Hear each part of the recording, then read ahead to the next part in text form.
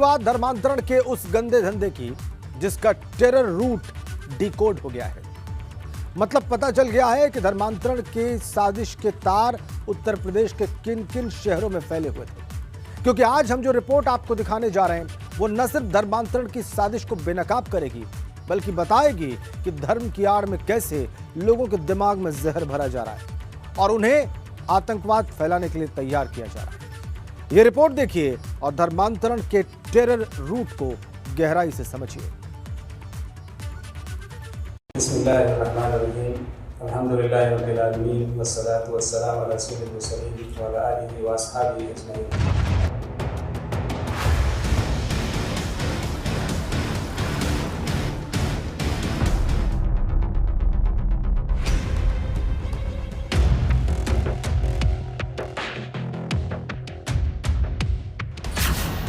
धर्म का धंधा बड़ा ही गंदा।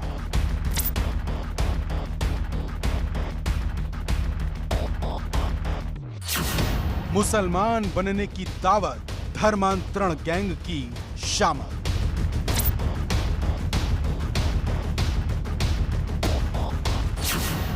धर्म, धर्मांतरण और आतंकवाद। यूपी एटीएस की पूछताछ में सामने आया जिहाद। हिंदी बेल्ट को मुसलमान बनाने का नापाक प्लान। मुश्किल में उमर के आका की जान।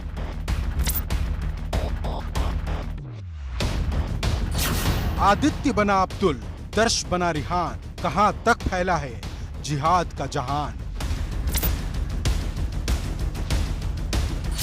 यूपी के कितने शहरों में फैला धर्मांतरण का रैकेट।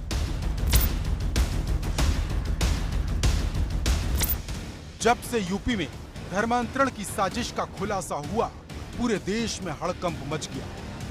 क्योंकि यूपी एटीएस की जांच में धर्मांतरण का आतंकवाद कनेक्शन सामने आ रहा है। एटीएस को मिली जानकारी के मुताबिक उमर गौतम का धर्मांतरण गैंग मूक बधिरों को कट्टरपंथी और आतंकवाद की ट्रेनिंग देता था। नोएडा से मिले खास इनपुट के बाद यूपी एटीएस नोएडा की डेफ सोसाइटी से जुड़े सभी कर्मचारियों की तलाश कर रही ताकि पता लगाया जा सके कि धर्मांतरण में डेफ सोसाइटी स्कूल की कितनी भूमिका थी और धर्मांतरण गैंग नोएडा की डेफ सोसाइटी के सहारे कितनी संस्थानों के संपर्क में था। धर्मांतरण मामले में उत्तर प्रदेश एटीएस को नोएडा से कुछ खास इनपुट मिले हैं। यही वजह है कि उत्तर प्रदेश एटीएस अब डीप सोसाइटी से जुड़े सभी कर्मचारियों की तलाश कर रही है ताकि ये जानकारी मिल सके कि डीप सोसाइटी का इस धर्मांतरण में किस तरह का रोल था और कितना इन्वॉल्वमेंट था। अभी तक की पड़ताल बताती है कि मोहम्मद उमर गौतम का संपर्क मुफ्ती काजी जहांगीर से था। इन दोनों का संपर्क नोएडा की डेफ सोसाइटी की फाउंडर रूमा रोका से था और रूमा रोका ने रागिब आलम को धर्मांतरण का एजेंडा सेट करने के लिए कानपुर भेजा था। क्योंकि कानपुर के जिस आदित्य गुप्ता को धर्मांतरण के बाद अब्दुल बनाया गया उसमें नोएडा की डेफ सोसाइटी की भी भूमिका सामने आई। एटीएस की जांच में पता चला कि नोएडा की डेफ सोसाइटी का एक टीचर वोकेशनल ट्रेनिंग के लिए कानपुर गया था जिसका नाम रागिब आलम था। उसने आदित्य के साथ कई छात्रों को इस्लाम धर्म अपनाने के लिए प्रेरित किया था। धर्मांतरण गैंग के खुलासे के बाद कानपुर के जिस आदित्य यानी अब्दुल का नाम आया है वो बिठूर के ज्योति मूक बधिर विद्यालय में पढ़ता था। साल 2017 में आदित्य ने इसी विद्यालय से साल 10वीं क्लास की परीक्षा पास की थी और साल 2019 में 12वीं क्लास को पास किया था। यहीं पर आदित्य यानी अब्दुल की मुलाकात रागिब आलम से हुई थी। ये वही रागिब आलम है जो नोएडा डेफ सोसाइटी से यहाँ पर प्रशिक्षण देने, साइन लैंग्वेजेस का प्रशिक्षण देने के लिए पहुँचा था। उसने 2017 में हमारे यहाँ से हाई स्कूल पास किया। उसके बाद उसका और कोई संबंध नहीं। तो प्राइवेट भरा था, हमारे यहाँ सेंटर था, हमारा स्टडी सेंटर उसने हमारा विद्यालय का डाला था और पीसीपी क्लास अटेंड करने के लिए बीच बीच में आता था। वहीं धर्मांतरण में नोएडा का एक और मामला सामने आया। ये मामला 5 मई 2018 का है जिसमें एक 17 साल का दर्श सक्सेना नाम का लड़का रहस्यमय तरीके से गायब हो गया, जिसके गायब होने की शिकायत उसकी मां ने नोएडा के फेज 2 थाने में दर्ज कराई। लेकिन जब उसकी मां ने उसका फेसबुक और ट्विटर अकाउंट खंगाला तो पता चला कि पिछले कई दिनों से नूरिया नाम की महिला उसे धर्मांतरण के लिए प्रेरित कर रही थी।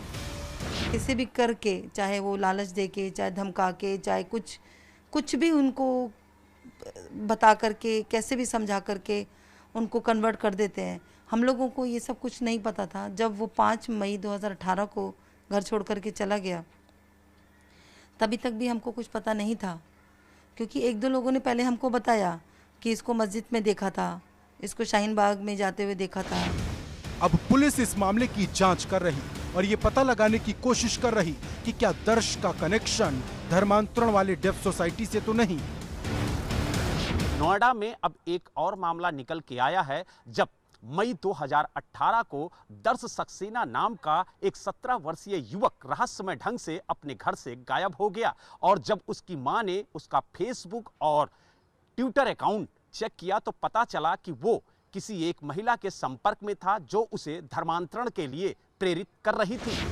लेकिन जिस तरीके से यूपी में धर्मांतरण का रैकेट सामने आ रहा, एक ही सवाल जहन में गूंजता है कि धर्मांतरण के तार आखिर कितने शहरों में फैले थे, क्योंकि अभी तक नोएडा, गाजियाबाद, कानपुर, लखनऊ, वाराणसी और फतेहपुर का नाम सामने आया।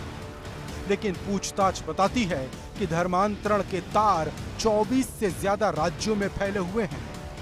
आज मैं मेरठ से आता हूं। मेरठ के अंदर मुस्लिम मोहल्लों के अंदर किसी अकेले दुकेले हिंदू परिवार का रहना मुश्किल है। तो इसीलिए जैसे पहले कैराना में विषय आया, मेरठ के अंदर भी आता रहता है, कानपुर में या नोएडा में आता रहता है। ये बड़ी चिंता की बातें हैं और ये सामाजिक समस्या भी है और राष्ट्रीय समस्या भी है।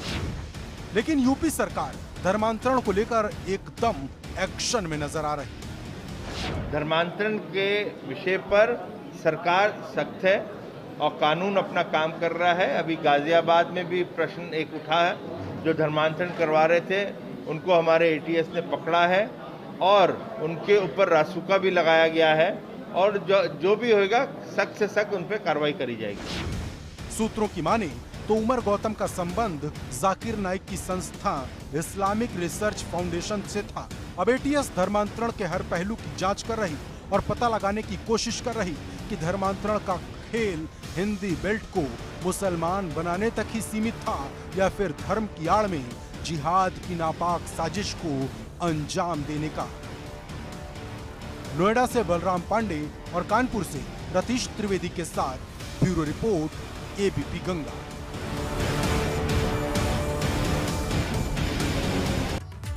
जहां धर्म की आड़ में लोगों का धर्मांतरण किया जा रहा है, वहीं दूसरी ओर लव जिहाद का लाइलाज जहर फैलाया जा रहा है। जी हां, लव जिहाद का जहर फिर से सामने आया है। यूपी के मुजफ्फरनगर और रायबरेली में मुसलमान युवकों ने अपनी पहचान छुपाई और हिंदू बनकर हिंदू लड़कियों से शादी रचाई। लेकिन जब सच्चाई सामने आई तो पैरों तले जमीन खिसक गई। हैरान करने वाली बात यह है कि उत्तर प्रदेश में लव जिहाद का सख्त कानून है, लेकिन उसके बाद भी जिहाद का जहर खत्म नहीं हो रहा।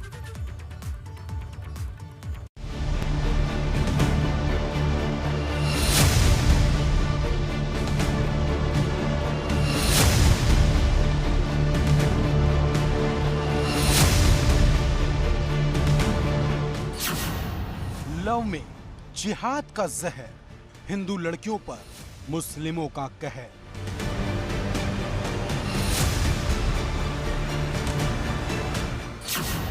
मुजफ्फरनगर में बाहर आया जिहाद का जिन। प्यार में धर्मांतरण की नापाक साजिश का पर्दाफाश। प्यार में जिहाद वाले खेल को लेकर यूपी एक बार फिर चर्चा में है और इस बार चर्चा का केंद्र है मुजफ्फरनगर, जहां मुस्लिम लड़कों ने हिंदू नाम रखकर हिंदू लड़कियों को पहले प्यार में फंसाया, फिर उनसे शादी की और फिर धर्मांतरण कर उन्हें मुसलमान बनाया। मुजफ्फरनगर के थाना खतौली कोतवाली में ऐसे ही मामलों का पर्दाफाश हुआ, जिसमें एक हिंदू युवती को 1.5 साल पहले वसीम नाम का युवक बहला फुसला कर लाया था। आरोपी वसीम ने लड़की को अपना नाम मोनू बताया था, मतलब हिंदू नाम रखकर हिंदू लड़की को पहले प्रेम जाल में फंसाया और फिर काजी और मौलवी से मिलाकर उसका धर्मांतरण करा दिया। लेकिन लव में जिहाद वाली इस साजिश का भेद तब खुला जब आरोपी लव जिहाद कर लाई गई युवती के फर्जी कागजात बनवाना चाहता था। लेकिन जब वार्ड के सभासद को युवती के हिंदू होने की भनक लगी तो उसने इसकी जानकारी पुलिस को दे दी, जिसके बाद लव जिहाद की बात जंगल में आग की तरह फैल गई। कल ज्ञात हुआ कि हमारे वार्ड में मोनू पुत्र यासीन, जिसका दूसरा नाम वसीम है, वो एक लड़की से शादी करके लाया है। वो मेरे घर पर उसके कागज़ बनवाने के लिए लेटर पैड पे लिखवाने लाया था कि ये लड़की यहाँ पर निवासी है। जब मेरे द्वारा आज ज़्यादा दबाव बनाया गया तो उन्होंने मुझे किसी से पता लगा ये लड़की हिंदू संप्रदाय से संबंध रखती है। पूर्व में भी ये लड़का 2 हिंदू लड़कियाँ भगा के ला चुका है और उनसे उनका धर्मांतर करवाने की कोशिश करता है। पुलिस को आरोपी के घर से निकाह और धर्मांतरण का सर्टिफिकेट मिला, जिसमें स्वर्गीय काजी जहीर आलम की मोहर और हस्ताक्षर है। पुलिस ने आरोपी के भाई और मां को हिरासत में ले लिया, लेकिन मुख्य आरोपी वसीम अभी फरार है। लेकिन यूपी में लव जिहाद की साजिश सिर्फ मुजफ्फरनगर तक सीमित नहीं, रायबरेली में भी धर्म छिपाकर लव जिहाद का हैरान करने वाला मामला सामने आया, जहां एक मुस्लिम युवक ने अपनी धार्मिक पहचान छिपाकर हिंदू विधवा महिला से रायबरेली के मनसा देवी मंदिर में शादी की। लेकिन जब शादी के बाद महिला को मुस्लिम युवक की सच्चाई पता चली तो उसके पैरों तले जमीन खिसक गई, क्योंकि मोहम्मद गब्बर ने महिला को अपना नाम बउआ बताया था। हालांकि शुरुआत में महिला ने सब बर्दाश्त किया, लेकिन जब मुस्लिम युवक उस पर उत्पीड़न करने लगा तो उसने इसकी शिकायत पुलिस में कर दी, जिसके बाद पुलिस ने आरोपी को गिरफ्तार कर लिया। थाना लालगंज पर एक महिला द्वारा यह तहरीर दी गई कि वह एक विधवा है और मोहम्मद गब्बर नाम के व्यक्ति ने खुद अपना नाम बउआ लोध बताते हुए उससे शादी की। शादी के कुछ दिन बाद उसके गहने बेच दिए और उससे मारपीट करने लगा। इस तहरीर पर लालगंज थाने में अभियोग पंजीकृत कर आरोपी को गिरफ्तार कर लिया गया है। शेष विधिक कार्रवाई की जा रही है। हैरान करने वाली बात यह है कि यूपी में लव जिहाद को लेकर सख्त कानून है, पर इसके बाद भी जिहाद का जहर हिंदू लड़कियों की जिंदगी बर्बाद कर रहा। ऐसे में सवाल इस बात का कि हिंदू लड़कियों को लव जिहाद से आजादी कब मिलेगी। Bureau report, ABP Ganga. और अब बात पंचायत के पराक्रम पथ की, क्योंकि चुनाव भले ही जिला पंचायत अध्यक्ष का है, लेकिन दिल पूरे प्रदेश का धड़क रहा है, क्योंकि इस चुनाव पर 2022 के विधानसभा चुनाव का भविष्य टिका हुआ है। और यही कारण है कि सपा और भाजपा एक दूसरे को कांटे की टक्कर दे रहे हैं, लेकिन लड़ाई से दूसरे दल गायब नजर आ रहे हैं और कई जिलों में निर्दलीय भी ताल ठोक रहे हैं।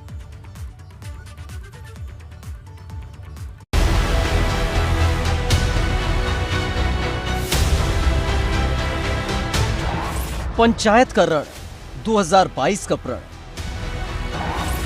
जिला पंचायत अध्यक्ष के लिए कांटे की टक्कर।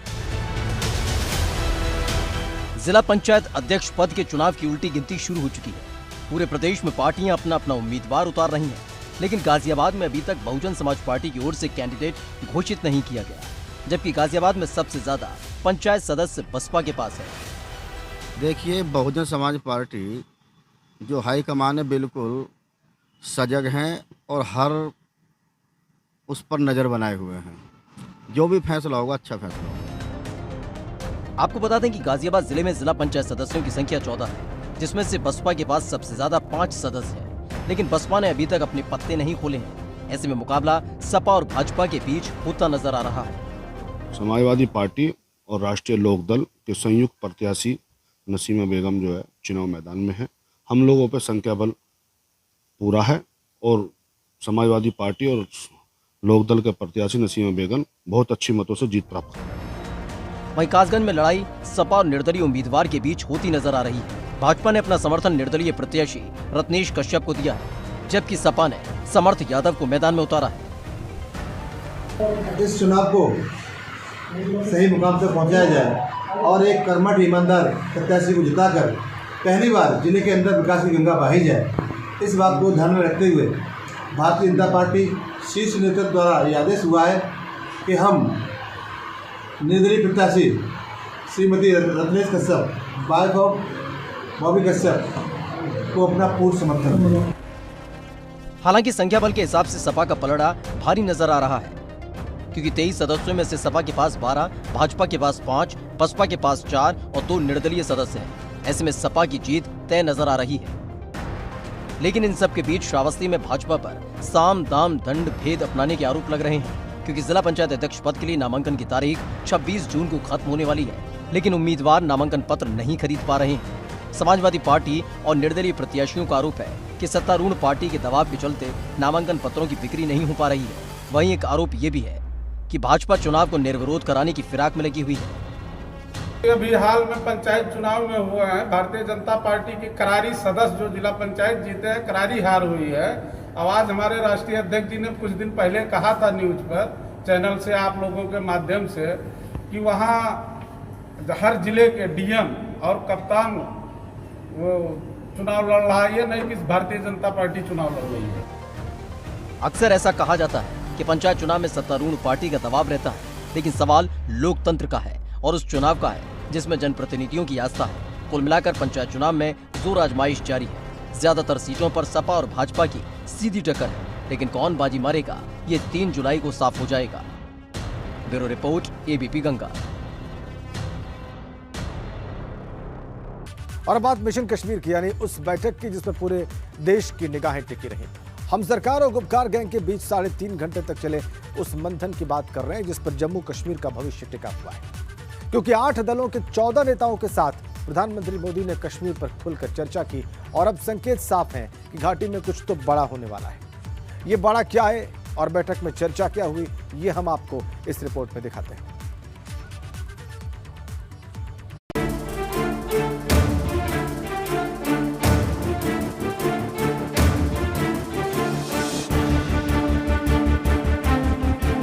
मोदी के दरबार में गुपकार, कश्मीर के दुश्मनों में हाहाकार। जम्मू कश्मीर पर 3.5 घंटे का मंथन, 8 दलों के 14 नेता हुए बैठक में शामिल। ये तस्वीर जम्मू कश्मीर के लिहाज से बेहद खास है, क्योंकि जब से जम्मू कश्मीर में धारा 370 हटी है और पूर्ण राज्य का दर्जा छिना है, तब से कश्मीर के नेताओं में खास बेचैनी देखने को मिलती रही है। लेकिन गुरुवार को पहली बार जम्मू कश्मीर के भविष्य को लेकर पीएम मोदी के दरबार में मंथन हुआ, जिसमें 8 दलों के 14 नेता शामिल हुए। खुद प्रधानमंत्री मोदी, गृहमंत्री अमित शाह, जम्मू कश्मीर के राज्यपाल मनोज सिन्हा बैठक में मौजूद रहे, जिसमें गुपकार और सरकार के बीच हर मुद्दे पर बात हुई। गुलाम नबी आजाद ने जम्मू कश्मीर को पूर्ण राज्य का दर्जा देने की बात रखी, जिस पर सरकार ने कहा कि वो पूर्ण राज्य का दर्जा देने के लिए वचनबद्ध है। जम्मू कश्मीर के नेताओं ने राज्य में जल्द से जल्द चुनाव कराने की मांग रखी, जिस पर सरकार ने कहा चुनाव होंगे, लेकिन परिसीमन होने के बाद। वहीं गुपकार नेताओं ने सरकार से कश्मीर में कश्मीरी पंडितों की बहाली की बात रखी, जिस पर सरकार ने कहा कि दिल्ली और दिल की दूरी को खत्म किया जाएगा। हमारी मांग जो थी वो स्टेटहुड की मांग थी, फुल फ्लैश स्टेटहुड की मांग थी। हमारी मांग इलेक्शन तुरंत कराने की मांग थी स्टेट के।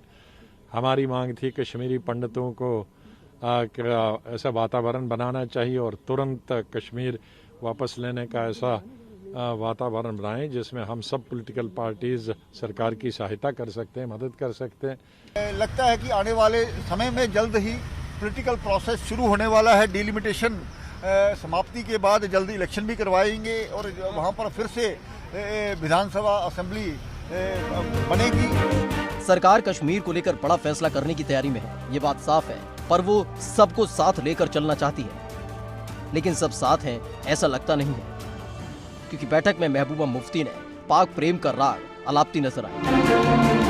चाहे वो मुजफ्फराबाद रोड का उड़ी मुजफ्फराबाद हो, जो ट्रेड हमारा रुक गया है उसको चालू करने के लिए भी पाकिस्तान के साथ बात करनी चाहिए, क्योंकि उसमें काफी लोगों का रोजगार है।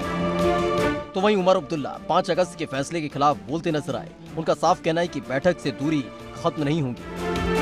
तो हमने तो अपनी पार्टी की तरफ से वज़ीर आज़म साहब को और सबको कहा कि जहां तक 5 अगस्त 2019 का फैसला है या जो किया गया, हम उसके साथ नहीं। लेकिन सरकार अपने स्टैंड पर कायम है और उसने साफ कर दिया है कि कश्मीर में कुछ तो होने वाला है, और ये कब होता है ये देखना होगा।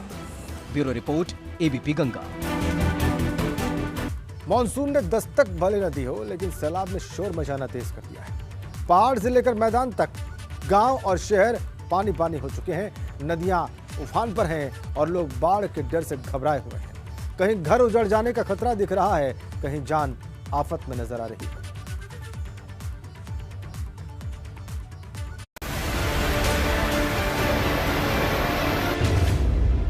मॉनसून से पहले बुरा हाल,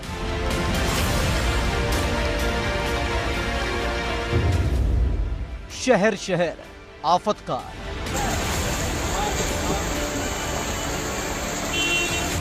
मॉनसून आने में वक्त है, लेकिन मॉनसून आने से पहले ही जिस तरह से लगातार बारिश हो रही है, उसने यूपी से उत्तराखंड तक हाल बेहाल कर दिया।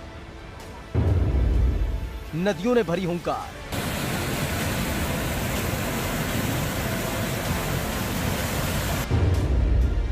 मचने लगा हाहाकार।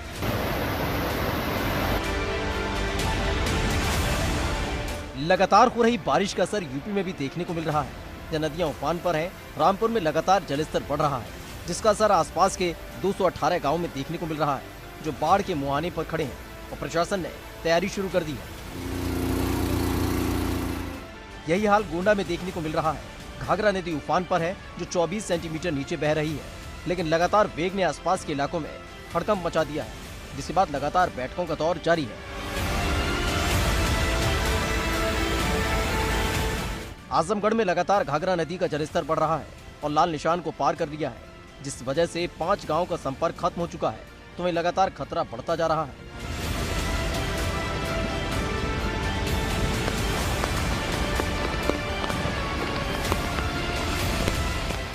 वहीं प्रयागराज में भी लगातार हो रही बारिश ने नगर निगम की पोल खोल कर रख दी है, जिसमें प्रयागराज में जगह जगह जल भराव हो गया है, तो वहीं नालियां भी भर गई हैं, जिससे सड़कों पर पानी भर गया है।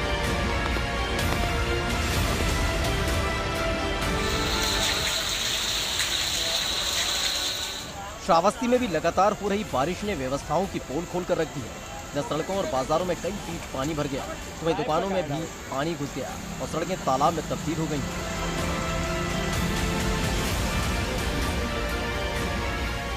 यूपी के साथ साथ उत्तराखंड में भी लगातार बारिश हो रही है, जिस वजह से जोशीमठ में मलारी राष्ट्रीय राजमार्ग पर भारी मलबा आ गया, जिसको काफी मशक्कत के बाद साफ कर दिया गया। फिलहाल ये हालात तब हैं जब मानसून नहीं आया है। ऐसे में यूपी से उत्तराखंड तक आसमान से बारिश आफत बनकर बरस रही है। Bureau report, ABP Ganga.